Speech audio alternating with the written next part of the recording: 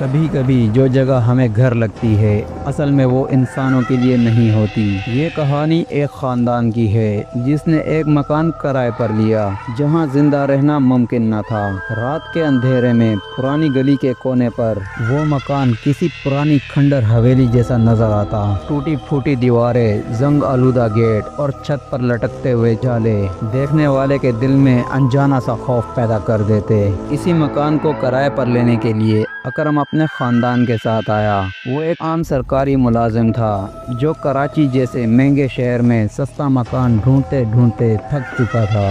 جب اسے یہ مکان معمولی کرائے پر ملا تو اس نے فوراً فیصلہ کر لیا۔ اکرم کے ساتھ اس کی بیوی شازیہ اور 2 بچے حسن اور عائشہ بھی تھے۔ سامان ٹرک سے اتر رہا تھا۔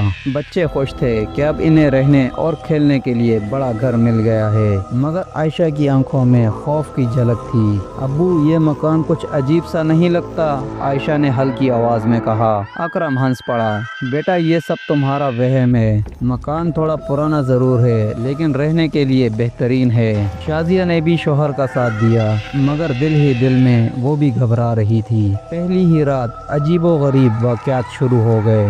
دروازے خود بخود بند ہو جاتے، کچن میں برتنوں کے ٹکرانے کی آوازیں آتی اور حسن کے کمرے میں رکھا ہوا فٹ بال خود ہی ادھر ادھر بھاگنے لگا۔ عائشہ نے اپنے کمرے کے آئینے میں ایک کالا سایہ دیکھا جو اس کے پیچھے کھڑا تھا، لیکن پلک جھپکتے ہی غائب ہو گیا۔ شازیہ کو اکثر کھڑکی کے باہر سفید کپڑوں میں ایک عورت نظر آتی۔ وہ ہر بار اس عورت کو دیکھ کر چیخ پڑتی، لیکن جب تک اکرم وہاں آتا وہاں کوئی نہ ہوتا۔ چند دن بعد ایک ہمسایہ ان کے دروازے پر آیا۔ اس کے چہرے پر خوف اور پریشانی صاف دکھائی دے رہی تھی۔ وہ آہستہ آواز میں بولا، آپ کو یہ مکان فوراً چھوڑ دینا چاہیے۔ یہ مکان گھر نہیں، ایک قبرستان ہے۔ برسوں پہلے یہاں کئی قبریں تھیں اور یہ مکان انہی قبروں کے اوپر بنایا گیا ہے۔ اکرم نے بات کو مذاق سمجھ کر نظر انداز کیا، مگر اسی رات حسن نے کھیلتے وقت زمین میں کھڈا کر دیا اور اندر سے پرانی ہڈیاں نکل آئی۔ یہ منظر دیکھ کر شازیہ تو بے ہوش ہو گئی۔ اب گھر میں دہشت اور بڑھنے لگی۔ دروازے زوردار آواز سے بند ہونے لگے، کھڑکیاں ٹوٹنے لگی اور پورا مکان لرزنے لگا۔